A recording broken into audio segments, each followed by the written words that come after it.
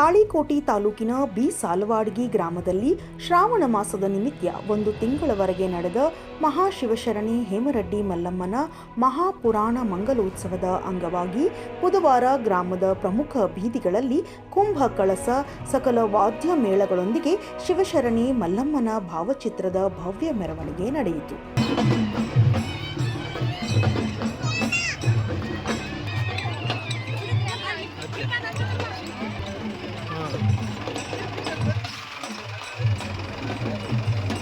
ನಾವದಗಿಯ ಶ್ರೀ ಪರ್ವತೇಶ್ವರ ಸಂಸ್ಥಾನ ಬೃಹನ್ಮಠದ ಶಟಸ್ಥಲ ಬ್ರಹ್ಮಿ ರಾಜಗುರು ರಾಜೇಂದ್ರ ಒಡೆಯರ್ ಶಿವಾಚಾರ್ಯರ ಅಧ್ಯಕ್ಷತೆಯಲ್ಲಿ ಧರ್ಮ ಸಭೆ ನಡೆಯಿತು.